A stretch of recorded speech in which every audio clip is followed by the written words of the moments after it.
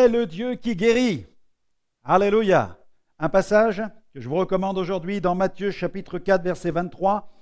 Jésus parcourait toute la Galilée, enseignant dans la synagogue, prêchant la bonne nouvelle du royaume et guérissant toute maladie et toute infirmité parmi le peuple. Gloire à Dieu. Dieu est un Dieu de compassion.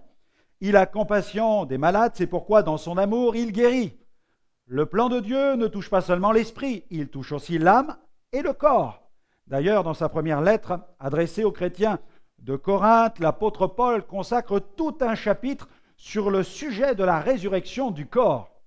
Il traita du fait qu'au jour de la résurrection, le Seigneur ressuscitera nos corps mortels qui revêtiront l'immortalité et l'incorruptibilité. Gloire à Dieu. Pour les racheter, cette résurrection sera glorieuse. Dieu ne néglige donc pas les besoins de notre corps, la destinée de notre corps. Et si le corps était à ses yeux quelque chose d'insignifiant, il n'aurait pas prévu de résurrection pour cette demeure physique.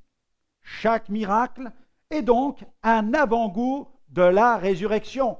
Le paralytique qui se lève, le boiteux qui marche, le sourd qui entend, l'aveugle qui voit.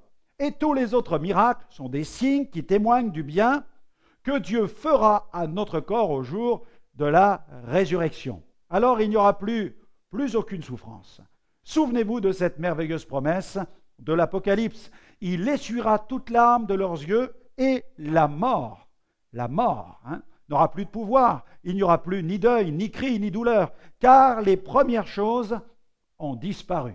Apocalypse 21, verset 4. Quel avenir glorieux! La guérison sera totale. Une prière pour aujourd'hui. Seigneur Jésus, tu as souffert aussi sur la croix pour que je sois guéri. En ton nom, je veux confesser ma guérison et je te bénis par avance pour ta gloire que tu manifestes dans ma vie, dans mon âme, dans mon esprit et dans mon corps. Tu as une destinée pour mon âme, pour mon esprit et tu as une destinée pour mon corps. Amen. Gloire à Dieu.